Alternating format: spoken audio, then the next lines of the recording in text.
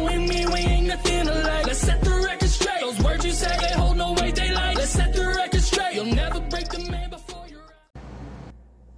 Hello everyone and welcome back to another custom diecast review. Today we have a diecast that will actually not be in one of the waves unless something happens along down the road, but in terms of like 2021 wave wise, because you guys know I released the playoffs wave a couple months ago. This one is just kind of came up out of nowhere. I had a spare, or not spare, but I had a Christopher Bell and I didn't really have any use for it, so I'm like, you know what, why not turn this into some type of custom?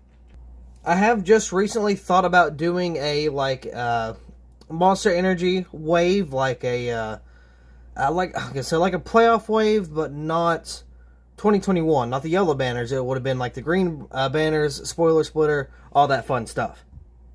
I don't know what's going to happen, but you know, you never know. So I'm not going to throw in this one with that wave if that was to happen. So I'm just going to put this one up within the next couple of days, maybe today, maybe tomorrow. But either way, it will be available nonetheless. Another thing is, I thought about kind of putting some more detail into the actual boxes. Now, I'm not going to go crazy, like switch out the bottom with Joe Gibbs, put Christopher Bell, Joe Gibbs Racing, you know, not stuff like that. I'm probably going to, like, in these little empty spaces, I'll probably put, like, I don't know, Cup Series or Playoffs or Race Version, you know, just kind of depending on what diecast it is. You know, of course, will kind of vary throughout what type of packaging it should be in. You know, since Lionel don't do stuff like that, I figured I would give the people what we want. So eventually, probably starting with the next wave, or maybe starting with some of the individual releases, I will start putting some more detail on the actual boxes. Like, for example, with this one, it would probably only be here and then here on the other side. So one side probably say playoffs, and then one side would probably say Cup Series, or NASCAR Cup Series playoffs. Actually, no. I probably shouldn't do both. I'll just do one of the Cup Series logos, or the playoff logos, and, I don't know, maybe throw out something on there. I don't think I will, but, you know, it is what it is. Maybe you throw, like, the logo on the box, maybe throw it on the bottom, or the bottom Bag Diecast logo, probably throw that somewhere. Maybe throw it on the back by the barcode. You never really know. We might have to do something like that as well. But with that being said, let's go ahead and open up this diecast and take a closer look. So here's the diecast out of the box. Now, as you can tell, this is just a plain Jane Christopher Bell diecast. There is no playoff logos or anything. There is no round of. I mean, I didn't really have time for it. I was just going to try to get it out pretty quickly, but, you know, quickly. There we go, with a Q, not a CL.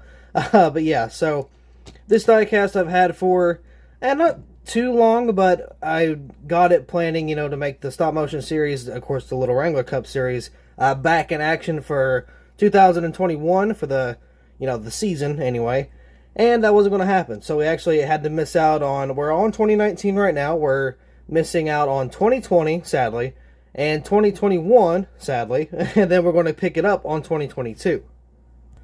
I was going to do the 2020 season. I had everything prepared, and just a spoiler alert, because it's not going to happen. Jimmy Johnson was going to be the champion, so yeah, you know, very cliche, I know, with his retiring year, but you know, it is what it is. But so, on to the actual diecast. We got Rheem right here on to the hood. I like the black and the red combination. That mixed with white as well, of course, including the Goodyear logos for white. I think that was a pretty good choice, because a lot of times they'll just kind of throw it in yellow, so I think having the Rheem logo with that white stripe separating the black and red with the white Goodyears looks really, really good.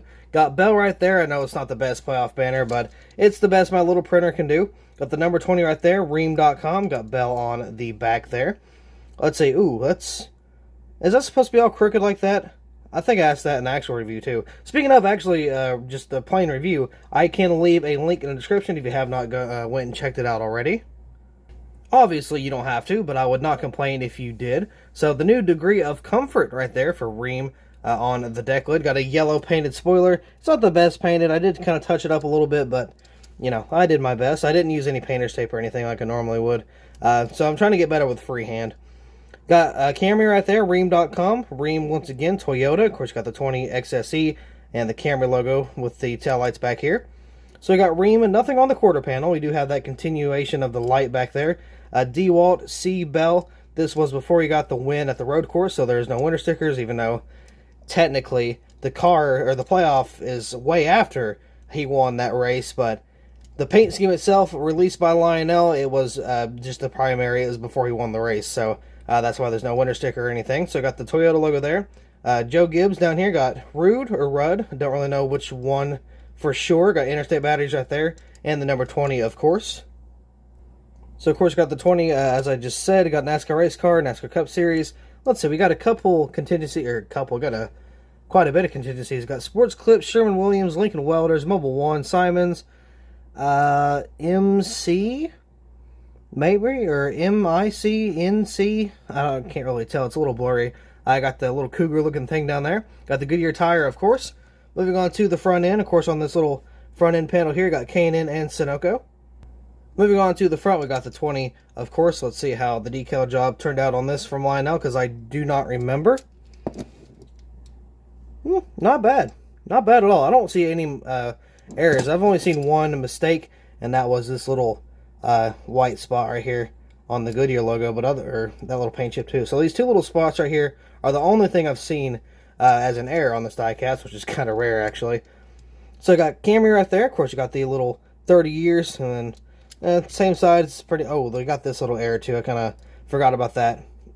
So the 0 on the 20 didn't really get filled all the way, so it kind of looks a little wonky. But, I mean, other than that, everything looks pretty spot on in terms of Lionel's case.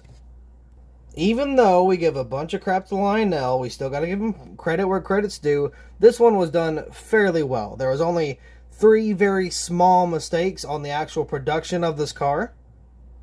So I believe that is it for the actual diecast itself. Now, in terms of my editing for the car, and it's not the best. I know the spoiler is a little rough around the edges at some points, but you know the actual banner is a little rough as well. But you know, it's better than nothing. Because of that, I do sell these a little cheaper than I would normally. Normally, I think I sell them for like $15, but something like this, people would charge $25, $30 for.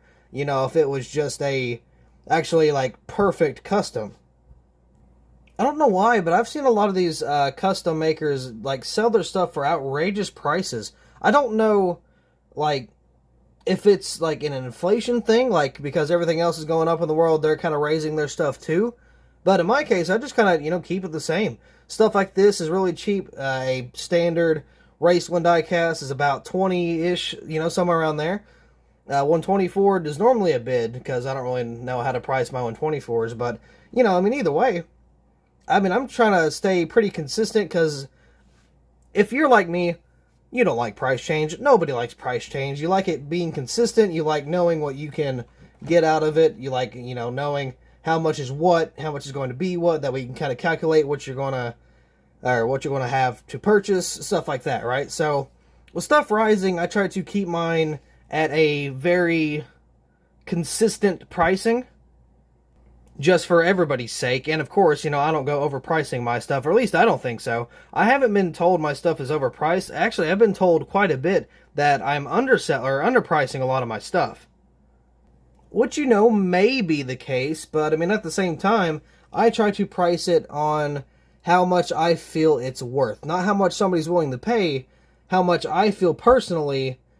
Like, okay, say for example, how I price my stuff is, if I was to go purchase that specific car, what would I pay for it? What details are worth paying whatever amount for it? That's kind of how I price my stuff. I don't know, I'm not going to go throw up a custom Kyle Busch race to win for $50, I'm not going to go do that. I'm going to normally price around 20, something I would probably pay for it, even though I don't buy custom diecast, because obviously I can make them myself.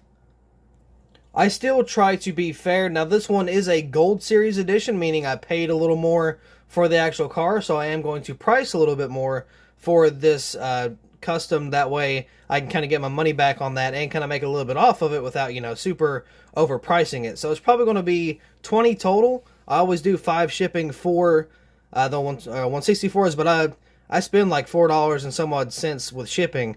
So, I don't make really anything off of the shipping amount. You have some people who do that too. Some people will charge like $20 for a $8 shipping label. You know what I mean? I don't think that's fair. You just pay the shipping, and obviously I'll price the diecast, however I feel is worth it.